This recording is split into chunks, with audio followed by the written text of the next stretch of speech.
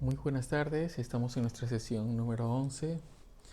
Un saludo a todos aquellos que se encuentran en España, en Estados Unidos, Argentina, Chile, Canadá, el Perú y en todo lugar donde se comparte este video. Un saludo especial a mi prima Dina Tinco, a la hermana Carmen Santiago, mi primo Pablo Casas, a la hermana Cintia Durán, al pastor José Ulloa, a la pastora Edith Árrego, a todo el ministerio Antorcha de Esperanza, ¿no? Y, en fin, a todos aquellos que ven este video, un abrazo.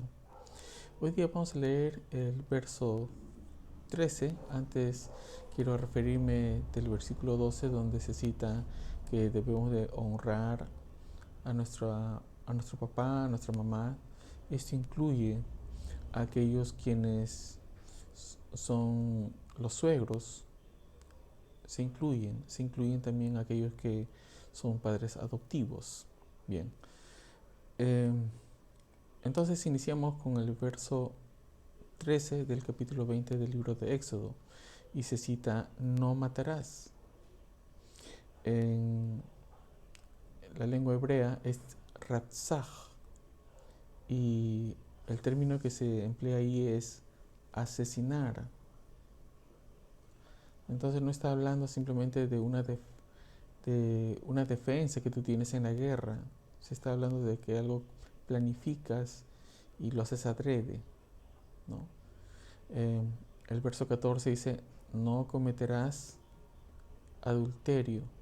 Ahí sí es adulterio, es naaf en la lengua hebrea.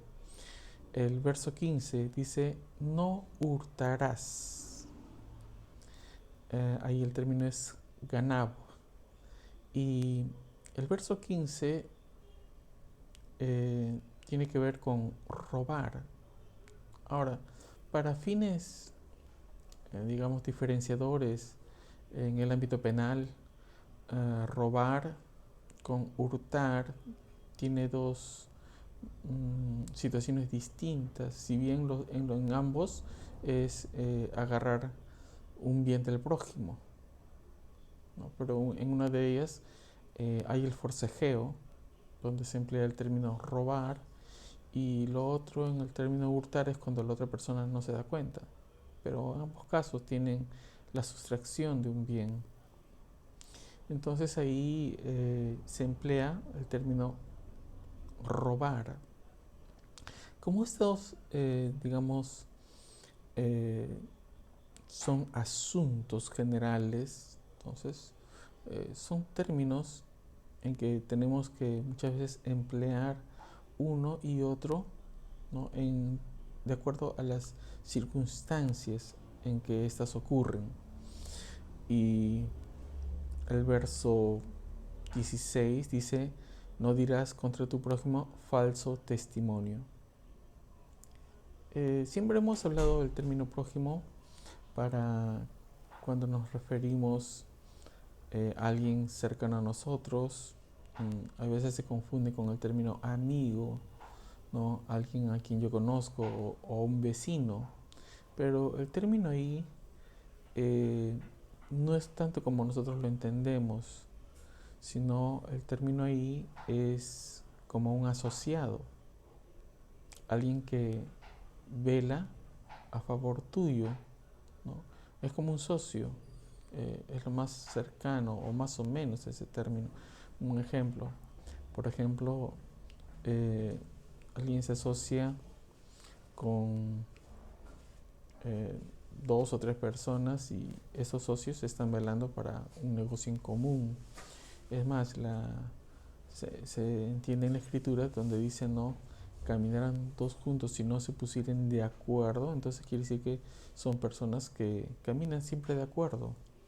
Entonces, contra estas personas con quien tú caminas de acuerdo, ¿no? Con quien tú tienes cierto tipo de sociedad, no puedes eh, ir profiriendo un falso testimonio. A ellos se está refiriendo, ¿no? Veamos, eh, ahí donde se cita: no dirás el término es aná, y esto significa no empezarás a hablar. Entonces se entiende contra tu socio un testimonio falso. Eso es lo que se está diciendo, ¿sí? Bien, el siguiente verso, 17, y aquí sí nos detenemos unos minutos. Vamos a explicar esto. Dice, no codiciarás la casa de tu prójimo. Dice, no codiciarás la mujer de tu prójimo, ni su siervo, ni su criada, ni su buey, ni su asno, ni cosa alguna de tu prójimo.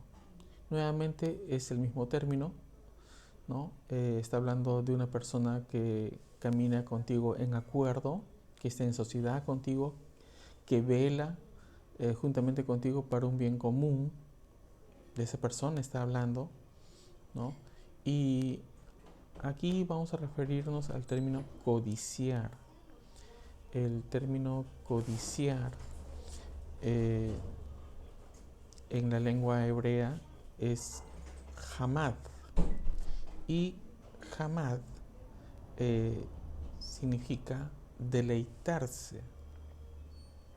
Un poquito como que nos mueve, digamos, el significado, pero es un asunto, ¿no?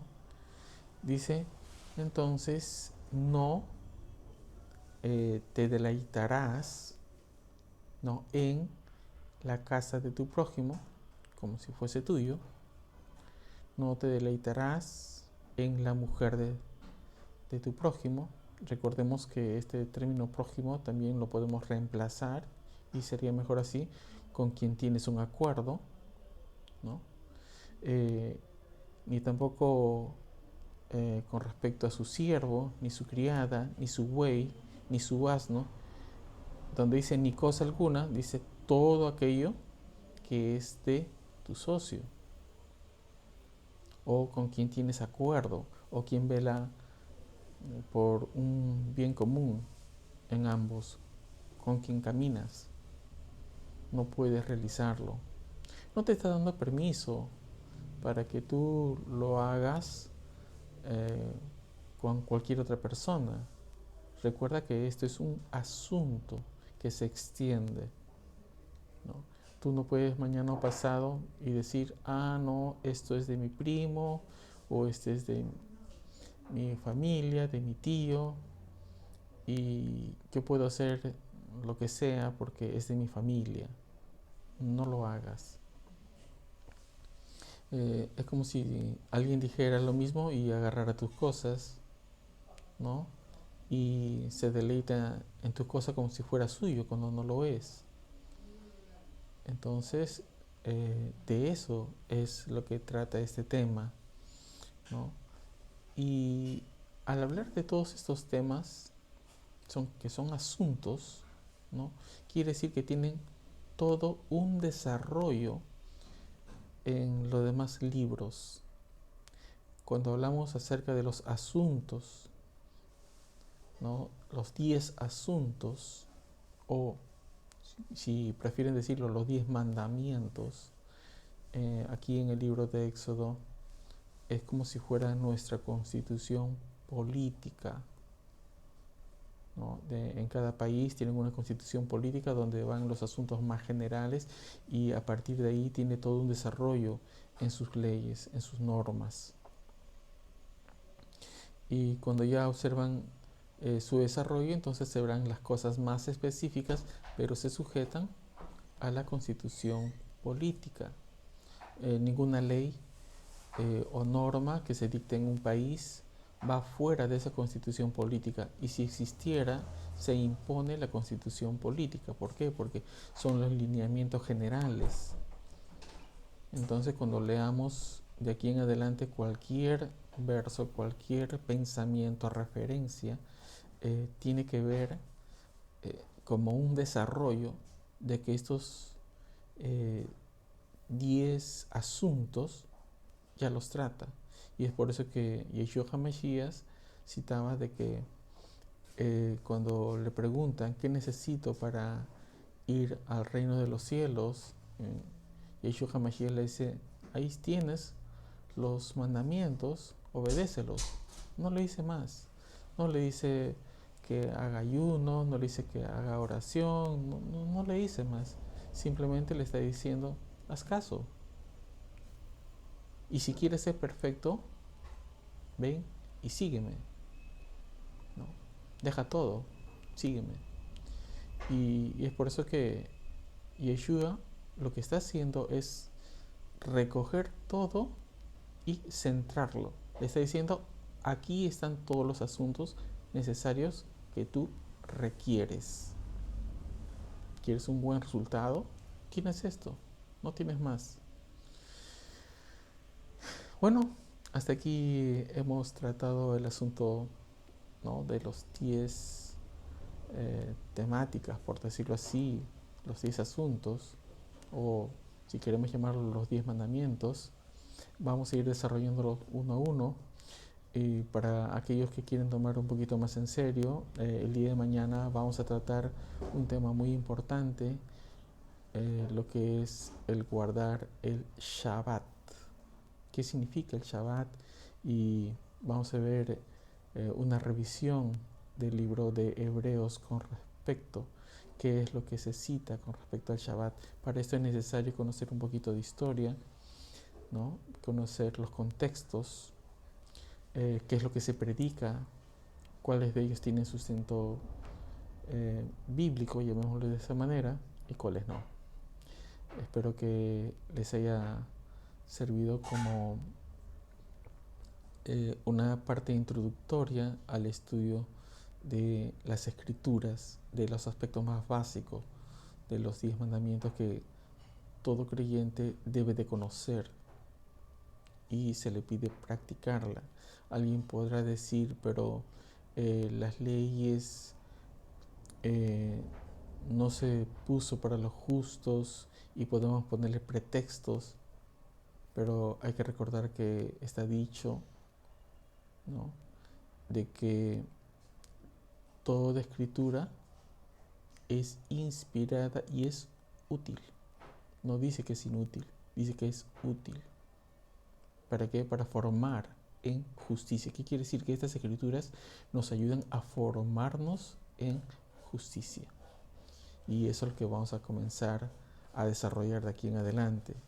Cómo desarrollarnos en justicia hacia nuestra máxima capacidad.